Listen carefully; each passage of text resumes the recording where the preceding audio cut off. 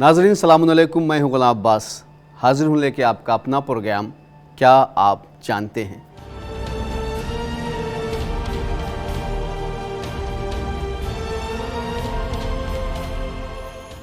नाज़रीन, आज के अपने इस एपिसोड में हम बात करेंगे एक बहुत अहम टॉपिक के सिलसिले से। तो आइए अपने इस सिलसिले को आगे बढ़ाते हैं और जानते हैं अपने आज के सवाल के बारे में। आज का हमारा सवाल है, क्या आप जानते हैं नबी, रसूल और इमाम में क्या फ़र्क है।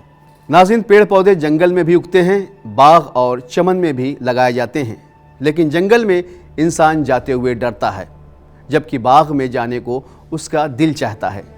ये सिर्फ इसलिए कि जंगल में किसी कायदे और क़ानून के बग़ैर पेड़ पौधे उगते हैं, लेकिन बाग में पेड़ पौधे कायदे से लगाए जाते हैं। जंगल में कोई माली पेड़ पौधों की देखभाल नहीं करता, लेकिन बाग में माली पेड़ पौधों की देखभाल करता है। बिल्कुल इसी तरह इंसान को भी अगर बग़ैर कायदे और क़ानून के जीने का मौका दिया जाए तो इंसानों की आबादी भी जंगल का नमूना बन जाएगी, और अगर कायदे और क़ानून से लोग ज़िंदगी बसर करेंगे तो आदमियों की बस्ती जन्नत का नमूना बन जाएगी। इसीलिए ज़रूरत थी एक ऐसे क़ानून की जो इंसान को जीने का तरीक़ा बताए।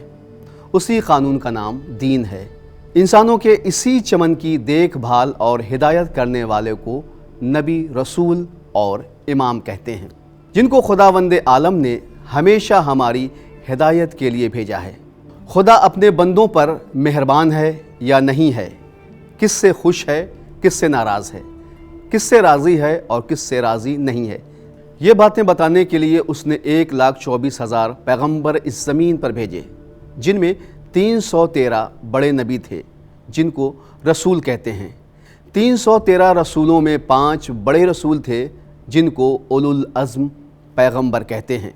इनमें हज़रत नूह अलैहिस्सलाम, हज़रत इब्राहीम अलैहिस्सलाम, हज़रत मूसा अलैहिस्सलाम, हज़रत ईसा और आखिरी नबी हज़रत मोहम्मद मुस्तफ़ा सल्लल्लाहु अलैहि वसल्लम हैं। लेकिन इन पाँचों में सबसे बड़े रसूल हज़रत मोहम्मद मुस्तफ़ा सल्लल्लाहु अलैहि वसल्लम हैं, जो अल्लाह के आखिरी नबी और आखिरी शरीयत लेकर आए थे।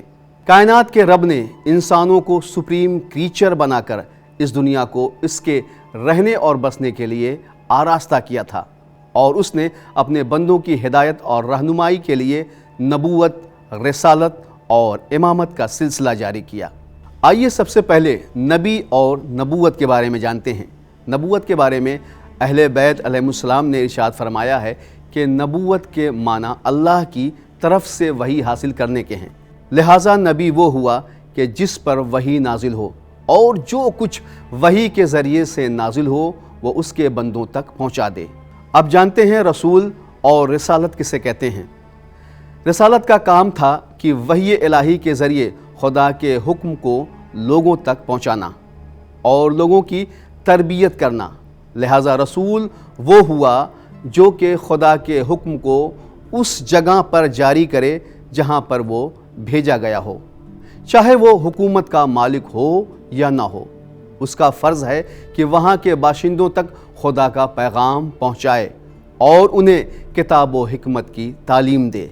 जैसा कि कुरान मजीद के सूरह बकरा की आयत नंबर 129 में इरशाद हो रहा है, परवरदिगार इनके दरमियान एक रसूल को भेज दे जो इनके सामने तेरी आयतों की तिलावत करे, इन्हें किताब व हिकमत की तालीम दे और इनके नफ्सों को पाकीज़ा बनाए। बेशक तू साहिब इज़्ज़त और साहिब हिकमत है। अब हम जानते हैं कि इमाम और इमामत किसे कहते हैं। इमाम और इमामत का मतलब क्या होता है। इमामत का मतलब है कौम की रहबरी और रहनुमाई करना। असल में इमाम वो होता है जो हुक्म खुदा को अमलन जारी करे, और अगर उस वक्त हुकूमत की तश्कील मुमकिन ना हो तो रसूलों की लाई हुई शरीयत की हिफाजत करे और खुदा के अहकामात को जारी करने की कोशिश करे। ये बात भी याद रखनी चाहिए कि नबूवत और रिसालत के साथ इमामत का ओहदा इंसानी बुलंदी की आखिरी मंजिल है। यही इमामुन नास का ओहदा था जो हज़रत इब्राहीम अलैहिस्सलाम को तमाम आजमाइशों के बाद उनके रब की तरफ से अता हुआ। آپ خدا کی طرف سے اس کے بندوں تک اس کا فرمان پہنچانے والے نبی، خوشخبری دینے والے اور ڈرانے والے رسول، اور ان کاموں کے ساتھ حکم خدا کو جاری کرنے اور انسانوں کے ظاہری باطنی پابندی کرانے والے امام الناس بھی تھے۔ یعنی حضرت ابراہیم علیہ السلام نبی بھی تھے، رسول بھی تھے اور امام بھی تھے۔ اسی امام الناس کے لیے آپ نے اپنی اولاد کے لیے خصوصیت کے ساتھ دعا کی تھی اور کہا تھا، اے میرے پروردگار، اس منصب کو میری اولاد میں بھی جاری کر دے۔ تو خدا نے کہا، اے ابراہیم، یہ منصب ظالمین تک نہیں پہنچے گا۔ اگر ہم نبوت، امامت اور رسالت کو دیکھیں تو نبوت کی شروعات حضرت آدم علیہ السلام سے ہوئی، جبکہ منصب رسالت کی شروعات جناب نوح علیہ السلام سے ہوئی، اور امامت کی شروعات حضرت ابراہیم علیہ السلام سے ہوئی۔ تو ناظرین، یہ تھا آج کا ہمارا ایپیسوڈ، جس میں ہم نے آپ کو بتایا کہ نبوت، رسالت اور امامت میں کیا فرق ہے، اور اللہ نے کس نبی کو نبی، رسول اور امام بھی بنایا۔ یہ ساری باتیں ہم نے تاریخ کے اوراق سے نکال کے آپ تک پہنچائی ہیں۔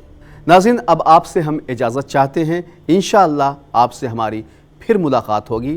تب تک کے لیے مجھے اجازت دیجیے۔ خدا حافظ۔